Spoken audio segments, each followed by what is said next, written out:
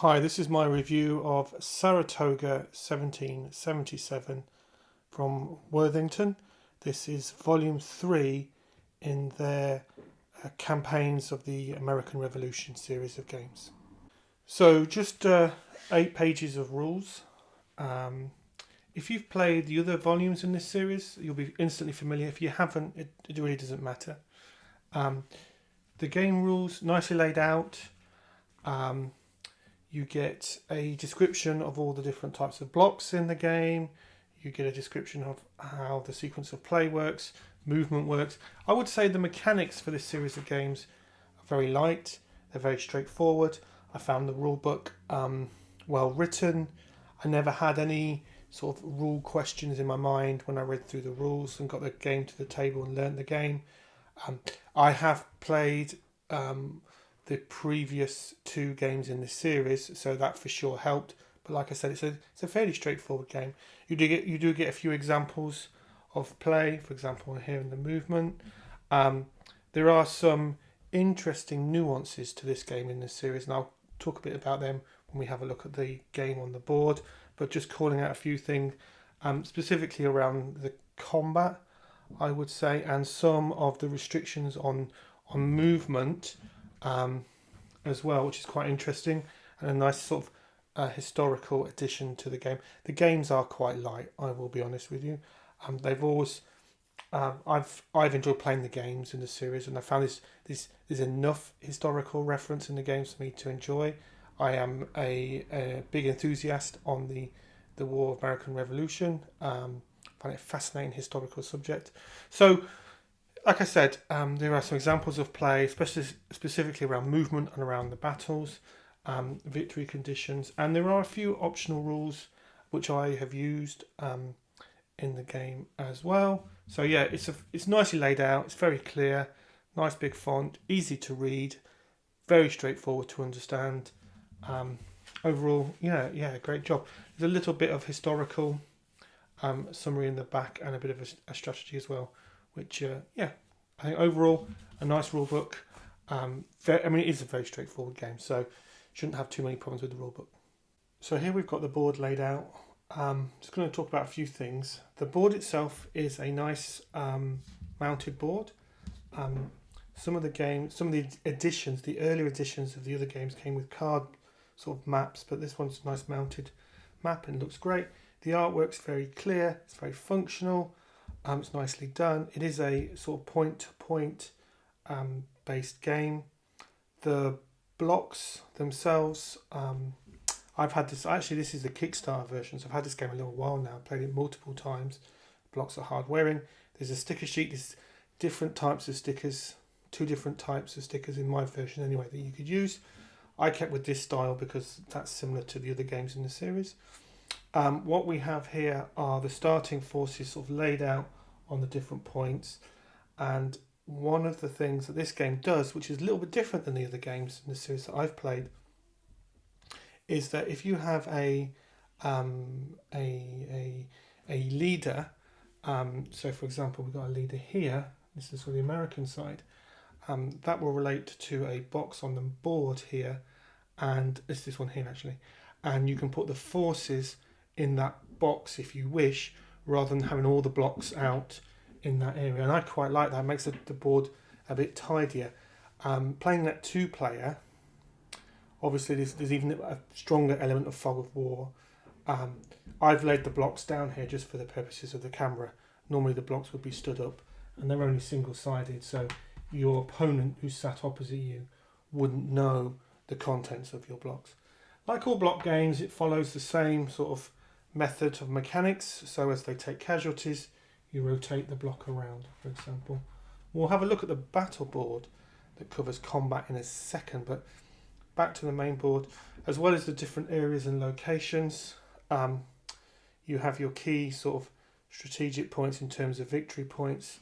One at the top of the map, one at the bottom of the map here.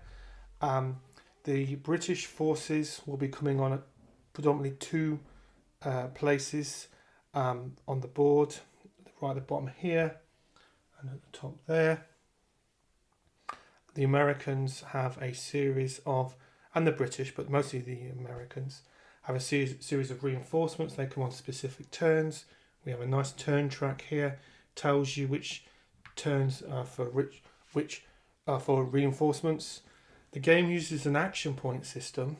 So, for example, the American player may have 4 action points out of a possible 5, depending on the die roll. That means they can do 4 actions, so they can activate, leaders or specific units. The basic is the rule is you cannot do all the things you would want to do, so you have to choose, and that's part of the key mechanics of the game.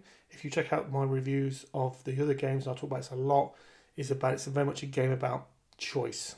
You cannot do all the things you want. You have to make some hard choice in your turn, and the actual turns play quite quickly. So the agency of the player is quite rapid. You don't have to wait long before it's your turn. Also on the board, you get a very handy chart here that shows you the movement rates. That's basically how movement works. Most blocks can move 1 location, and some can move 2. The different leaders can command a number of blocks. It's all on the block itself. Very clear. The graphic design of the blocks is very nice. Everything's very clear, very easy to understand. It tells you on here how many dice you're rolling in combat, which is useful, so you don't have to keep referring to the rulebook. I thought that was good. Overall, a very nice board. The blocks look great. I love war games. Always have done. Got quite a few in my collection now. Play them quite regularly. There's something very tactile about picking up wooden blocks and moving them around, and when you're playing 2-player with that fog of war as well. You can play the game solo. I'll talk a bit about that maybe at the end. There's no solo bot or anything like that, but it solos pretty well for you're going to lose a certain element because you don't have the fog of war. I think overall a very tidy, nice job. The game looks great. It's not a huge, you can sort of get a sense of in scale. It's not a huge board, so you don't need a huge physical space to set it up. It's probably worth pointing out there are 20 turns. Whilst there are 20 turns, the actual game plays pretty quickly, especially once you've got to understand all the mechanics. And again, mechanics are very straightforward. So I've got an example of the battle board here. I've got some blocks laid out. It's a very straightforward battle combat system. You've got your 2 sides of your board for each side, left, centre and right. You are going to roll a number of d6 for the block, and depending on what the block is, depends on what hit you need to get. So for example, artilleries need to get a 5 or 6 on a d6, regular infantry 6s. So 3 dice for this block. Let's say I get a 2, 5 and a 6. The opposing side would take a reduction, and the block would simply be rotated to show that reduction. Very straightforward. If one side decide to retreat, and maybe the combat isn't going as well as they thought, they can retreat, and there's specific rules for doing that. It's very streamlined. There is some nice levels of chrome to do with if the British side get 1s against, depending on the blocks. If they get a 1, then they've got sort of the militia, then they will retreat. And it's a fast flowing combat system. It's very easy to understand. Doesn't take long to do a battle. It can be, depending. This example, I haven't got too many blocks. If you've got 2 really large armies, it can be a bit quite a lot of dice are being thrown quite quickly. But overall, it plays out very quickly, and it plays out. Sometimes you get combat where it lasts a few rounds. It could go either way, and other times it's very clear one side's got the upper hand simply on the dice roll. So it's very, very driven by the dice roll. There is some element of move. You can move blocks around here, but from experience, it's a dice game. The combat's very dicey, as it were. So that's going to determine the outcome of combat. Really, if I'm being honest, there's not too much you can do in the combat to swing it back in your favour. It's simply the luck of the dice. So some overall concluding thoughts. Things I like about the game. I think the presentation of the game is great. The components are great. Map looks really nice. The blocks are great. I love block games. I love the tactile nature of them. I love moving them around the board and having groups of them and all that kind of good stuff. I like the additional sort of ease of play that this game has introduced in the series. I like having my forces in these sort of in these areas and having less blocks on the board. You don't have to do it that way, actually. That's an optional rule, but I like that. I like the straightforward nature of the movement and the combat. I like the chrome in the movement. That's where you have a limit of units that can move across water. You have a limit that can move on these sort of lesser roads, I'll call them, compared to the main routes. That's quite thematic. I like all that sort of that light layer of historical chrome. I like the fact that you can play this game comfortably in an evening. It doesn't take too long to play. A couple of hours in an evening, and you can have a blast through the Saratoga campaign. I am as I said, I'm an enthusiast about the American War of Revolution. I think it's a great shame that it's not taught more in schools. I'm certainly here in the UK.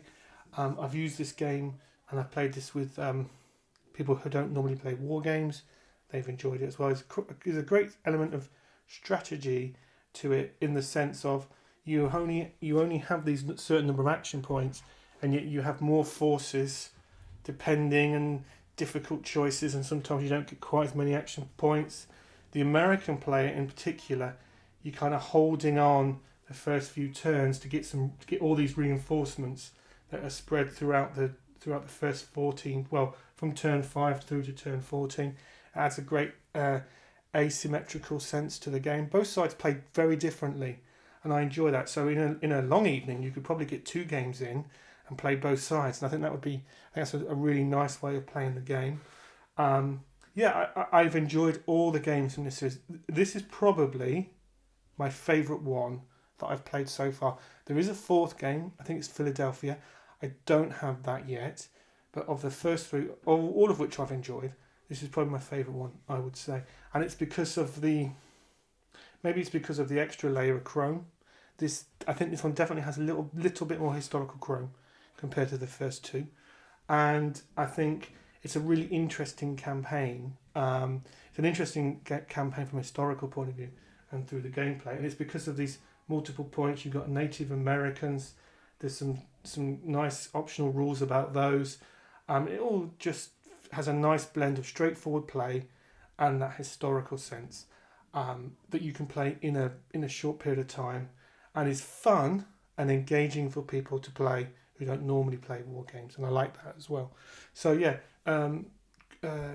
big recommendation for me. If you're interested in this period of history, and you like games that are fast flowing, easy to play, easy to understand, block games, playing in an evening, then if you're in the market for one of those, this is a high recommendation. Thanks a lot for watching as ever. If you've played it or you've played any other games in the series, be interested in anyone's thoughts, please put those in the comments and share with the community. So thanks again for watching as ever.